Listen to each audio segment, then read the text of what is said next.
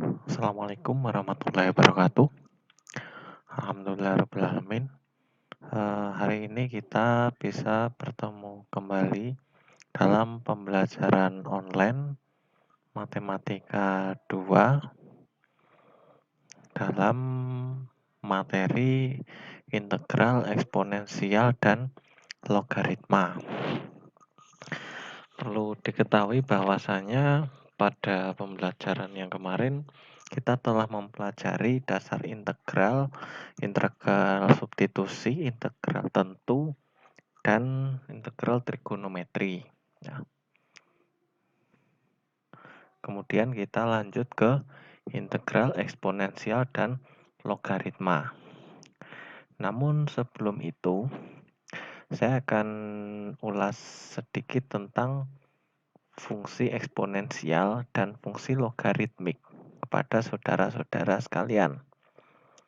Ya, di sini beberapa mungkin sudah mengenal fungsi eksponensial dan fungsi logaritmik.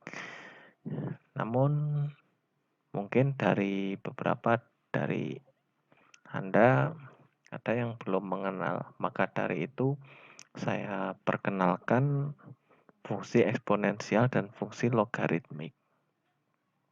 Oke, langsung saja. Ya. Tentunya saudara juga pernah mengenal tentang bilangan pangkat. Ya, bilangan pangkat, misalkan suatu bilangan dikalikan dengan dirinya sendiri sebanyak n kali atau berapa kali, ya, maka ditulis a kali a kali a kali a kali a sampai n kali atau berapa kali. Ya, n bisa 2, 3, 4, 5 kali dan seterusnya. Ya, misalkan bilangan pangkat itu 3 kali 3 kali 3 kali 3 kali 3 atau 4 kali 4 kali 4 kali 4 atau 10 kali 10 kali 10 dan seterusnya. Ya, itu yang dinamakan bilangan berpangkat. Bilangan berpangkat itu sering juga disebut bilangan eksponen. Ya, ini mungkin dari beberapa baru mendengar kata eksponen. Ya, eksponen itu adalah pangkat. Ya. Kemudian beberapa sifat dari eksponen ini, ya, misalkan a pangkat n dikali a pangkat m berarti sama dengan a pangkat n plus m. Ya. Misalkan jika a ini bilangan 6, ya, berarti misalkan n-nya itu 2, m-nya itu 3. Berarti 6 pangkat 2 dikalikan 6 pangkat 3, hasilnya berapa? Berarti tinggal kita menjumlahkan pangkatnya. Berarti tetap ditulis 6, kemudian 2 ditambah 3. Berarti jadinya 6 pangkat 5. Oke.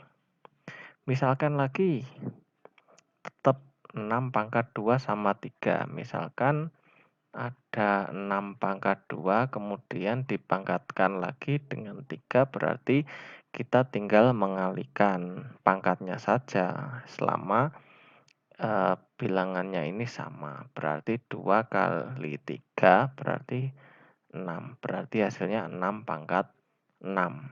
Ya. Oke, ini juga berlaku untuk bilangan yang lain. Jika dipangkatkan bilangan yang sama, bisa Anda olah langsung ke pangkatnya. Ya.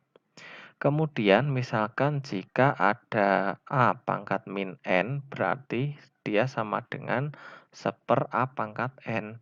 Misalkan ini ada 2 pangkat min 2, berarti dia sama dengan 1/2 pangkat 2 atau 1/4. Misalkan lagi ada 3 pangkat min 2, berarti dia sama dengan 1/3 pangkat 2. Ya, caranya seperti itu. Oke. Begitu juga misalkan dengan ini, misalkan ada pembagian A pangkat N per A pangkat M, berarti dia sama dengan A pangkat N min M. Misalkan N-nya 3, M-nya 2. Kita pakai 6 lagi. 6 pangkat 3 per A pangkat 2 berarti, atau 6 pangkat 3 per 6 pangkat 2, berarti tinggal kita mengurangkan pangkatnya. 6 pangkat 3 min 2, berarti tinggal 6 pangkat 1. Ya, ini juga berlaku untuk bilangan yang lain. Ya. Kemudian ini juga ada, misalkan A pangkat N per A pangkat N, berarti hasilnya 1. Semua bilangan jika dibagikan dengan bilangan itu sendiri, maka hasilnya adalah 1. Oke. Kemudian bilangan eksponen atau pangkat itu dapat diperluas ke bilangan real, ya.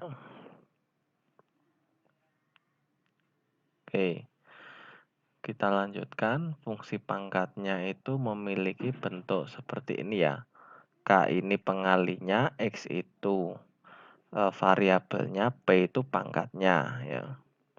Jika P1 maka F ini adalah fungsi linier ya. Fungsi linier itu yang kayak di tengah ini, fungsi yang lurus. Nah, misalkan kalau P-nya itu sama dengan 2, maka dia namanya fungsi kuadrat ya. Kalau misalkan P-nya itu kurang dari 1 ya, maka dia akan menjadi fungsi asimptotik. Ya, fungsi asimptotik itu dia yang mendekati baik itu sumbu X maupun sumbu Y, tapi tidak akan pernah memotong sumbu X atau sumbu Y, dan tidak akan pernah mencapai bilangan 0.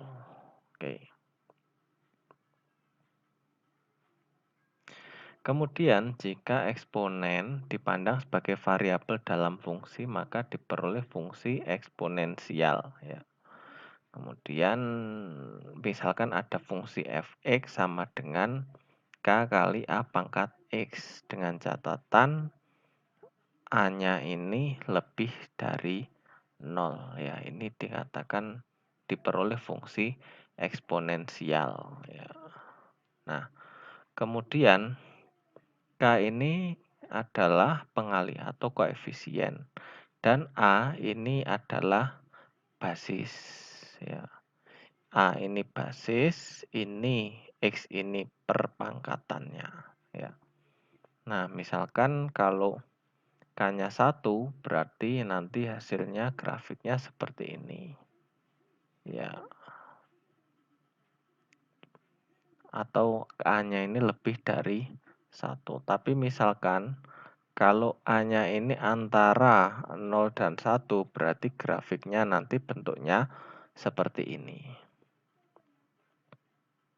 Nah, di banyak aplikasi ya, basis A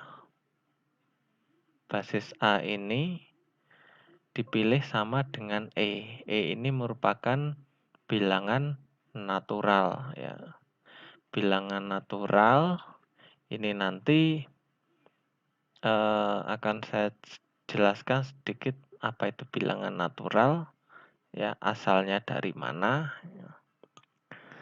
Nah, bilangan natural itu secara umum itu misalkan dalam banyak aplikasi itu kita menggunakan bilangan natural E. Katakan saja E. Ini anggap saja sebuah bilangan. Bilangan ini menjadi basis dari pangkat. Ya, A ini jadi E ini menggantikan A, atau E ini nanti yang bilangan yang kita pangkatkan ya. Jika kita ketemu fx sama dengan E pangkat X, atau yang mengandung E, nanti kita memperoleh fungsi eksponensial natural ya. E itu sebenarnya nilainya berapa sih ya? E ini kalau Anda cari di kalkulator, silahkan cari di kalkulator, nanti hasilnya akan seperti ini ya. Ini rekornya 10 pangkat 12 digit. Ya, ini. Ini yang menentukan besar digitnya apa? Yang menentukan besar digitnya adalah memori atau RAM dari device yang Anda gunakan. Misalkan kalau Anda pakai laptop, menentukan berapa digitnya itu bisa kalian gunakan berapa digit angka di belakang koma. Ya, semakin banyak digitnya itu semakin teliti. Ya, namun untuk penghitungan manual ya karena keterbatasan kita itu kita biasanya pakai 2 atau 3 digit di belakang koma. Oke, lanjut sejarah E. E muncul pertama kali ya tidak secara eksplisit ya berarti secara implisit pada tahun 1618 ya pada sebuah tabel lapiran oleh John Napier ya.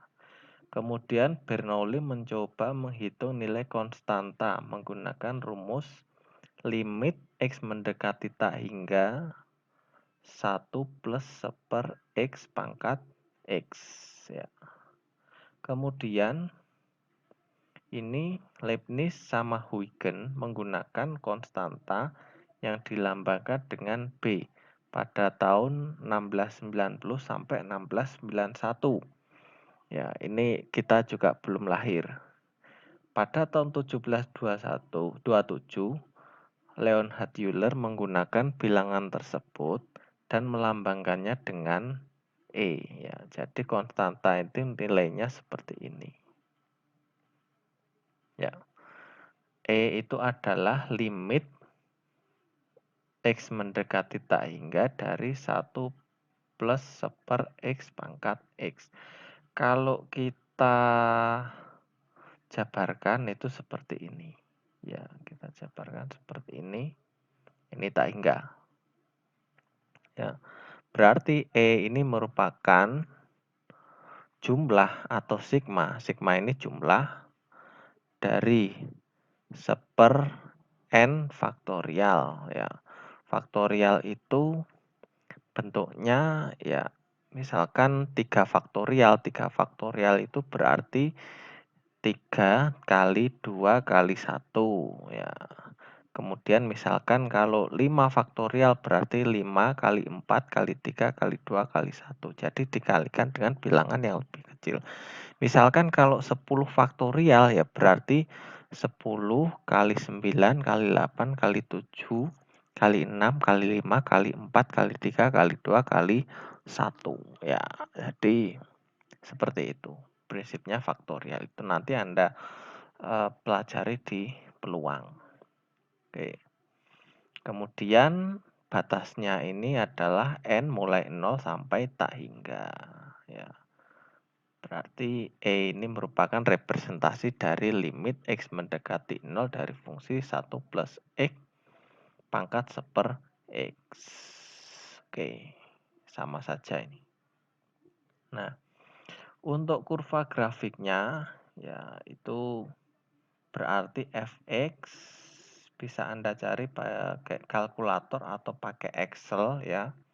Misalkan ini tadi kan 2,71 ya, katakan saja 2,71. Nanti dipangkatkan negatif 2 atau pangkatkan negatif 1. Pangkatkan 0. Kemudian pangkatkan 1, 2, 3 dan seterusnya. Itu nanti ketemu grafik seperti ini.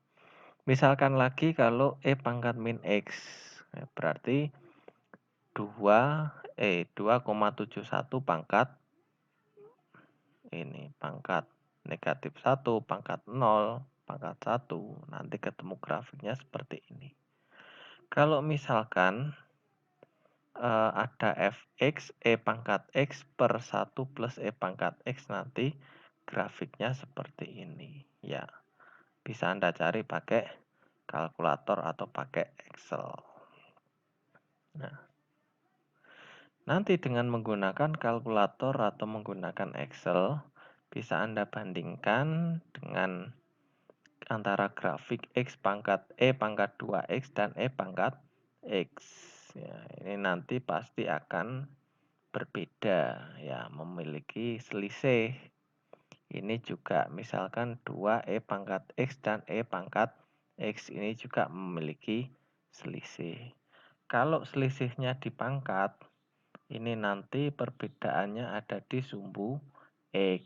Kalau misalkan selisihnya ada di pengali atau konstanta, ini berarti selisihnya ada di Y. Nah, aplikasi dari E ini apa? Eksponensial atau perpangkatan ini apa? Ya, ini aplikasinya. Misalkan kita bisa menghitung tingkat bunga per tahun. Misalkan pokok A diinvestasikan tingkat bunga R per tahun, ya, akan bernilai V setelah T tahun. Berarti ini V sama dengan A dikali 1 ini merupakan 100% atau bentuk desimal dari 100%, ditambah R ini bunganya ini berapa persen. Kalau misalkan bunganya 10%, berarti 0,1 pangkat T. T itu tergantung tahunnya, tergantung bisa 1 tahun, bisa 2 tahun, 3 tahun, 1,5 tahun, dan seterusnya, ya, seperti itu. Jika dalam 1 tahun pokok dan bunga dibayarkan sebanyak M kali, ya, nanti berarti periodenya pokoknya A ini akan bernilai sekian. VM sama dengan A kali 1 dalam kurung 1 plus R per M. Jadi ini tinggal dibayarkan sebanyak berapa kali, misalkan dalam bulan, ya, misalkan 1 tahun bunganya 12%, berarti 0,12 per M-nya berapa. Bisa dibayar 3 kali atau 12 kali atau dan lain, ya. Kemudian MT ini adalah dari waktunya. Berapa kali sama waktunya. Misalkan berapa bulan, M-nya ini 3 kali atau 3 bulan, ya. Ya, seperti itu pengembangannya. Kemudian suku R per M menunjukkan bahwa di setiap periode 1 tahun, ya, hanya 1 per M bagian dari suku bunga yang dibayarkan. Sedangkan eksponen MT menyatakan bahwa karena bunga harus dibayarkan, maka ada sebanyak berapa kali pembayaran dalam T tahun. Jadi ini tergantung dari banyaknya M. Oke, kita lanjutkan. Jika pokok dan bunga dibayarkan secara kontinu sepanjang tahun, yaitu M jadi tak hingga, ya, maka diperoleh bentuk umumnya ini, limit VM. Dari dengan M itu mendekati tak hingga, ya.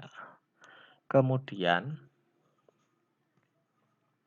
ini pokoknya A, ini kita kalikan dengan limitnya ini. Kita masukkan ini, ya, 1 plus R per M pangkat MT. Nah, kemudian ini kita kembangkan lagi, ya. Misalkan R-nya itu, nah, suku bunga yang dibayarkan, ya. Jadi bunganya R, misalkan 1/M, ya, atau 1/K. Kita ganti dengan M-nya, kita ganti dengan K, ya. Ini merupakan variabel. kemudian pangkatkan K, kemudian dipangkatkan R kali T. Ya, ini K sama dengan M per R. Ya. Berarti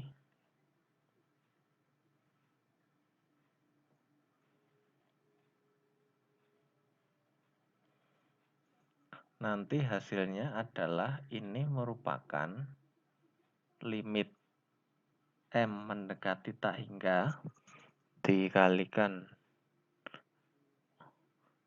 limit dari M mendekati tak hingga dari fungsi 1 plus 1 per K pangkat K, ya ini merupakan E, nilai dari E. Kemudian dipangkatkan RT. Ya, ini merupakan sama dengan nilai dari fungsi eksponensial ini, bentuk umumnya ini. Oke.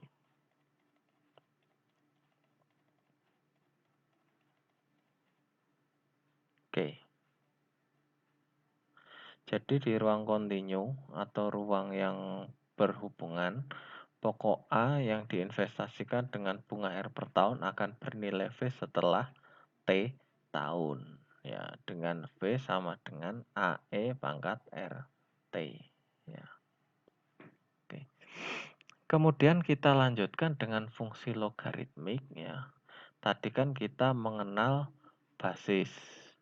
Basis itu adalah bilangan yang dipangkatkan ya. Misalkan 10 ini adalah basis 10, kemudian 3 ini pangkatnya, kemudian yang 1000 ini hasil pangkat ya.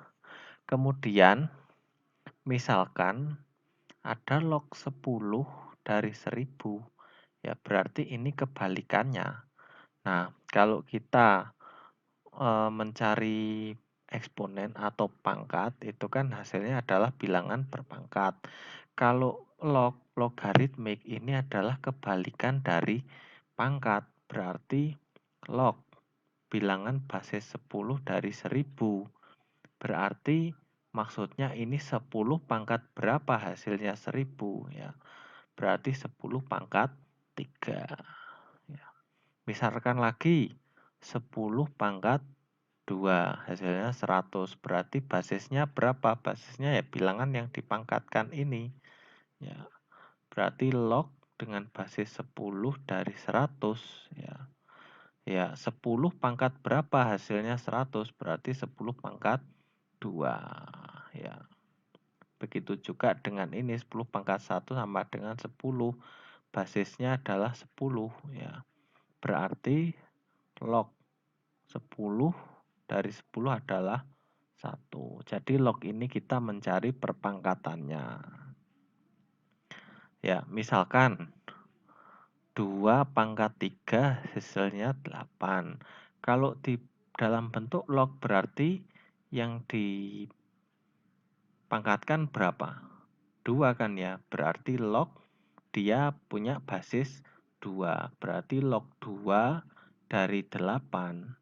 Berarti 2 pangkat berapa hasilnya 8? Berarti 2 pangkat, kalau 2 pangkat 2 kan hasilnya 4. Berarti kalikan 2 lagi, berarti 2 pangkat 3 hasilnya adalah 8. Berarti jawabannya 2 pangkat 3. Ya, salah satu contohnya seperti itu. Jadi bentuk umumnya adalah X sama dengan log basis kali dari Y. Nah, misalkan kalau basisnya itu kita ganti dengan E, ya. Kalau seandainya basisnya kita ganti dengan E, maka bentuknya ini X log E, log berbasis E dari Y, maka sama dengan dia bisa kita katakan ln Y, atau bisa kita sebutkan dari ln Y. Ln Y ini merupakan log dengan basis E ya. Log dengan basis E kita katakan dengan ln. Kenapa kok bisa gitu ya? Memang aturan dari strukturnya seperti ini. Log E sama dengan len. Len ini jadi log dengan basis E atau bilangan dari 2,71 ya.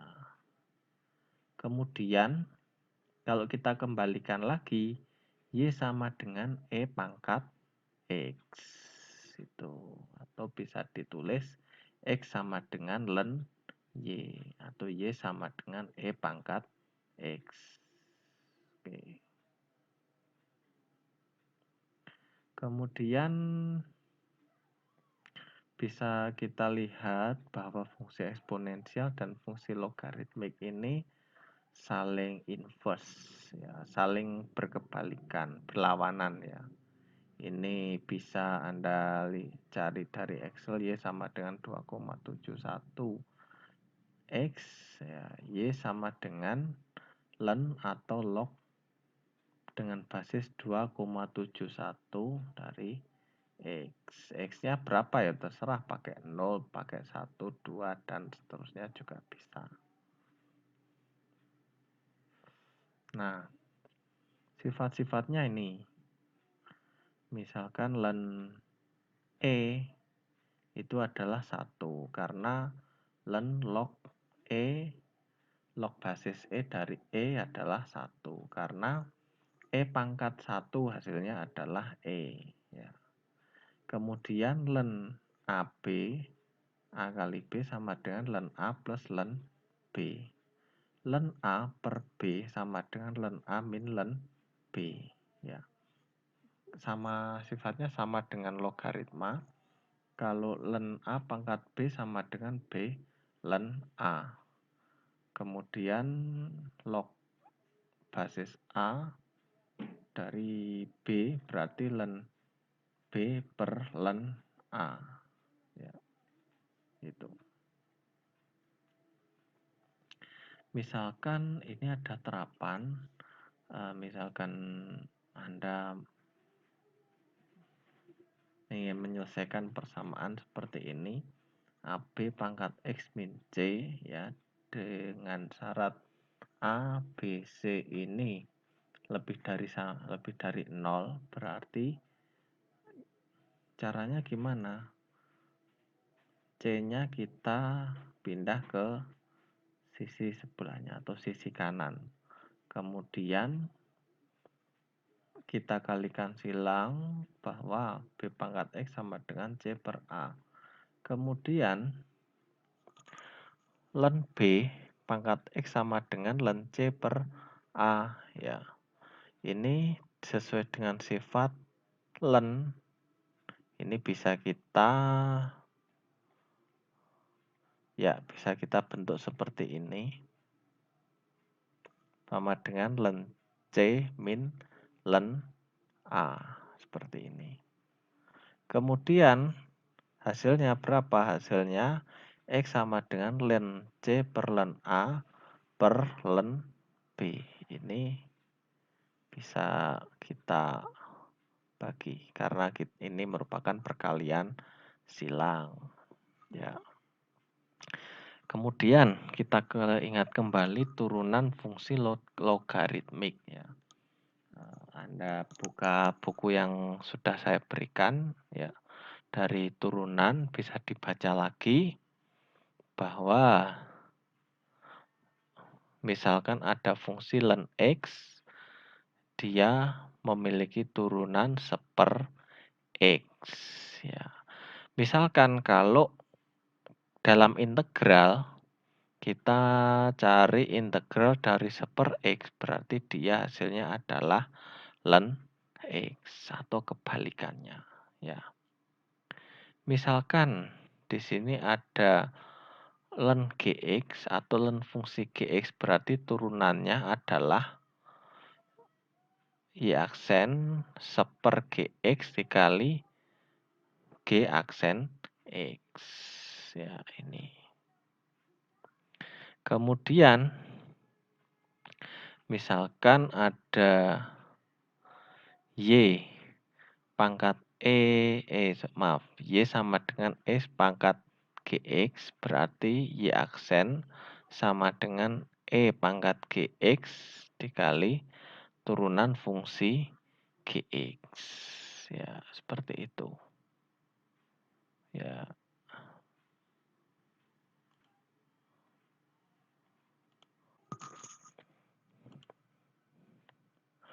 Oke, kita lanjutkan ke integral eksponensial ya. Ini kita coba untuk integral dari E pangkat X dx. Ini adalah E pangkat X plus C, jadi tetap. Kemudian, jika ada integral E pangkat AX dx sama dengan 1/A kali E pangkat AX plus C, di mana syaratnya A tidak boleh sama dengan 0. Misalkan contoh, integral dari 9 E pangkat X dx berarti hasilnya adalah 9 E pangkat X plus C. Misalkan ada integral E pangkat 9 X dx berarti sama dengan 1/9 E pangkat 9 X. Jadi ini tidak ada perubahan dari pangkatnya. Misalkan ada lagi integral 3 E pangkat 5X dx berarti 3-nya keluar. E pangkat 5X, ini 5-nya turun, jadi 1/5 E pangkat 5X plus C. Nah, misalkan ini, integral dari 1/3 X dikali E pangkat 5X kuadrat min 3 dx. Ya, misalkan ini substitusi ya, berarti U-nya kita pakai ini, E pangkat U. U sama dengan 5X kuadrat min 3, berarti DU turunan dari U-nya ini adalah 5 kali 2, 10X. Kemudian 10X dx, ini lupa nulisnya. Berarti dx sama dengan du per 10X. Ini kurang dx, nanti bisa Anda oret-oret di sini. Ya, du 10X dx. Ya, kemudian kita masukkan lagi ke sini integral 1/3 X E pangkat U dikali dx sama dengan du per 10X. Ya, berarti kita lanjutkan 1/3, kemudian ini 1/10 ini keluar dulu ya. Kemudian tinggal integral dari E pangkat U ya, X-nya ini habis. Tinggal DU, berarti tinggal 1/30 E pangkat U plus C ya. Berarti 1/30 E pangkat 5X pangkat 2 ya, 5X pangkat 2 min 3 plus C. Ini diganti 2. Oke. Misalkan ini ada integral logaritma ya. Ini seperti yang tadi bahwa kalau ln X ini kita turunkan, maka hasilnya itu adalah 1/X. Kalau misalkan dibalik lagi di integral 1/X dx, maka hasilnya adalah ln X plus C. Kalau misalkan ini yang kedua, integral dari ln X dx, maka hasilnya adalah X kali ln harga mutlak X min X plus C. Ya. Harga mutlak ini maksudnya adalah X positif. Ini harga mutlak itu nilainya selalu positif dan tidak pernah negatif. Kemudian integral A pangkat X dx sama dengan A pangkat X per ln A plus C. Ya, jadi bentuk umumnya seperti ini. Ini rumusannya bisa dipakai untuk menyelesaikan permasalahan berikutnya. Misalkan contoh, misalkan integral dari 4 per X dx, berarti 4-nya keluar, tinggal integral per X dx. Berarti hasilnya 4 kali ln harga mutlak X plus C ya. Untuk menulis ini jangan lupa ditulis tanda garis 2 ini, jangan lupa, karena ini adalah harga mutlak. Kemudian yang kedua, integral dari fungsi negatif 5 per X, pangkat min 2X dx. Berarti ini kita integralkan satu per satu ya.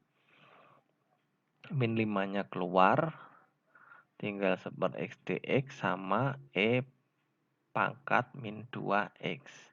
Berarti tinggal min 5 ln harga mutlak X ditambah negatif, ini negatif 2-nya turun, jadi negatif setengah pangkat min 2X plus C. Jadi hasilnya adalah min 5 ln harga mutlak X min setengah pangkat min 2X plus C.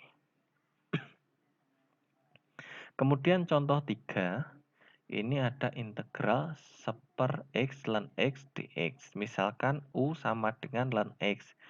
du, ya, du berarti seper X dx. Ya, berarti nanti dx-nya adalah X kali du. Ya, ini dikalikan silang. Ini kita masukkan lagi, berarti seper X kali seper ln X dx. Ya. Berarti ini nanti jadinya adalah integral ya, seper ln X dikali seper X dx. Ini dibalik. Kemudian ini diganti seper U, karena ini ln X sama dengan U. Kemudian dikalikan du ya. du ini sama dengan seper X dx ya. Atau X dx, maaf. X ini X dx. Karena ini tadi ada seper X sama X, berarti kan habis. Tinggal du. Berarti seper U sama dengan harga mutlak ln harga mutlak U plus C. Jadi hasilnya sama dengan ln dari harga mutlak ln X plus C. Oke, sementara itu dulu perkuliahan dari saya.